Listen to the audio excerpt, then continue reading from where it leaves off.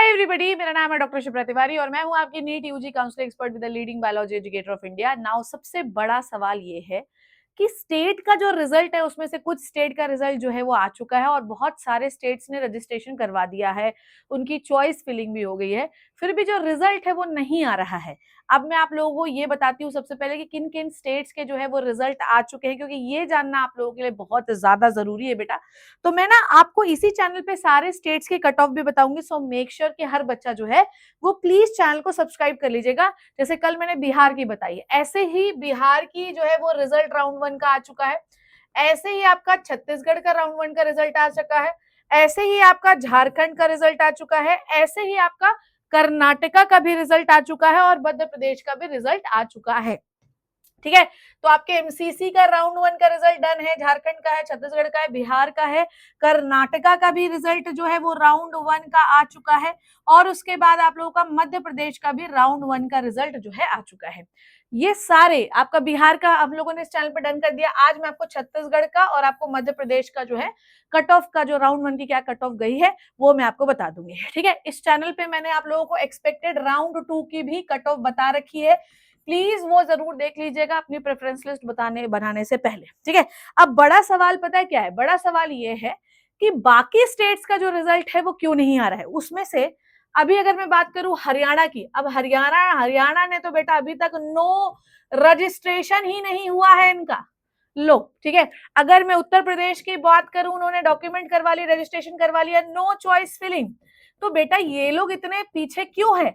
अब आप सोचिए कि एमसीसी का राउंड 1 का जो रिजल्ट है वो 3 बार पोस्टपोन्ड हुआ, तीसरी बार में आया, 2 बार पोस्टपोन्ड हुआ और जो रिजल्ट है बेटा वो हम लोगों को कब देखने के लिए मिला? आप लोगों ने देख लिया, 2 दिन पहले ही आया। ठीक है, अब अगर राउंड 1 डिलेड है तो डेफिनेटली जो राउंड 2 भी है वो भी डिलेड होगा। तो जो स्केड्यूल उन्होंने बताया था अब वो हम फॉलो नहीं कर सकते, क्योंकि अगर आप रिपोर्टिंग का टाइम देखें तो वो 22 अगस्त से 31 अगस्त है, मतलब 31 अगस्त तक तो वो एनी हाउ राउंड 1 का राउंड 2 शुरू ही नहीं कर सकते।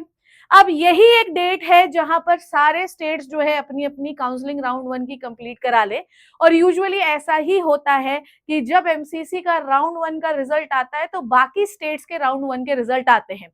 अब इसमें सबसे बड़ा कॉन्ट्रडिक्शन है उत्तर प्रदेश और हरियाणा का, क्योंकि इनका प्रोसेस ही अब कंप्लीट नहीं हुआ है। अगर वो, जैसे हम ये मानते हैं कि चलो ठीक है मैम, प्रोसेस वो आज से शुरू करते हैं या कल से शुरू कर देते हैं, तो ठीक है, वो 5-7 दिन में अपने प्रोसेस कंप्लीट करा लेंगे और विद इन द 10 डेज वो अपना एमसीसी का राउंड 1 का रिजल्ट डिक्लेयर कर देंगे।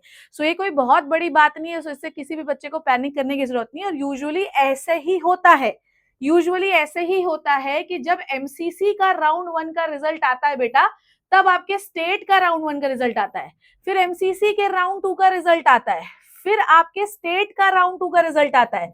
अभी इस बार क्या हुआ कि एमसीसी का राउंड 1 डिलेड हो गया, इसलिए मध्य प्रदेश, बिहार, झारखंड, छत्तीसगढ़ इन्होंने अपने अपने रिजल्ट को पब्लिश कर दिया। पर यूजुअली अगर आप प्रोटोकॉल को फॉलो करेंगे तो ऐसा ही होता है। तो जितने भी स्टेट्स हैं वो अपने अपने रिजल्ट, ये मान लीजिए कि 31 अगस्त तक जो है वो रिलीज कर देंगे। सो किसी भी बच्चे को पैनिक करने की जरूरत नहीं है। इवन उत्तर प्रदेश और हरियाणा वाले बच्चे भी बिल्कुल पैनिक ना करें। उनके भी ये मान लीजिए कि विद इन 5 सितंबर तक ये मान लीजिए आपके सारे स्टेट्स के सारे प्रोसेस कंप्लीट होके राउंड 1 का रिजल्ट आ जाएगा। हरियाणा ऐसा नहीं कि इस बार डिले हुआ, हरियाणा हर बार ही डिले होता है और सबसे आखिरी काउंसलिंग जो होती है वो हरियाणा की ही होती है।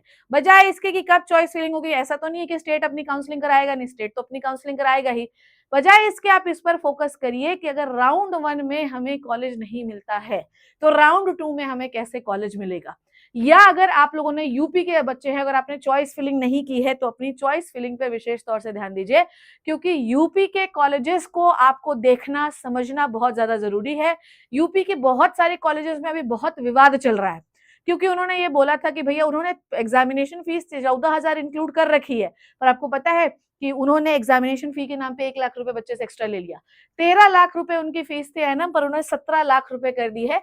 तो ऐसे उत्तर प्रदेश में काफी सारे कॉलेजेस हैं, प्राइवेट मेडिकल कॉलेजेस, जिनकी हिडन फीस बहुत ज्यादा होती है, जो हमें पता नहीं होती है। इसीलिए मैं आप सभी लोगों को कहना चाहती हूँ कि ऐसे किसी भी चक्कर में आप ना फंसिए।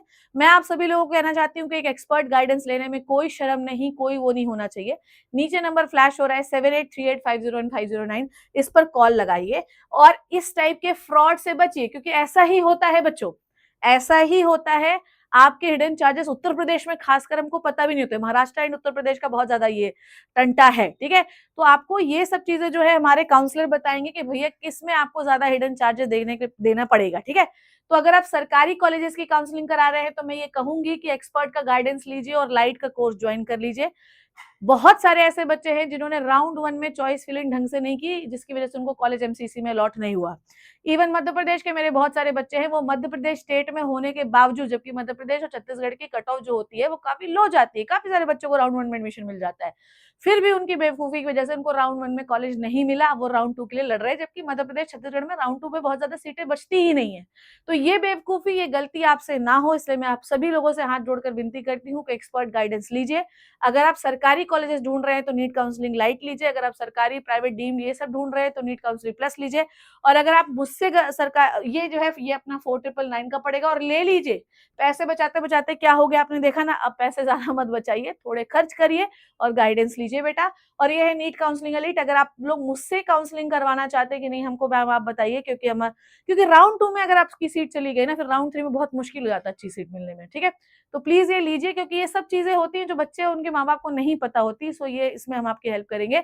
एंड हर बच्चा प्लीज मेक श्योर कि टेलीग्राम को जरूर ज्वाइन करेगा, लिंक भी डिस्क्रिप्शन पे लिंक लगी हुई है, सबसे पहले इंडिया में नोटिफिकेशन वहीं आता है।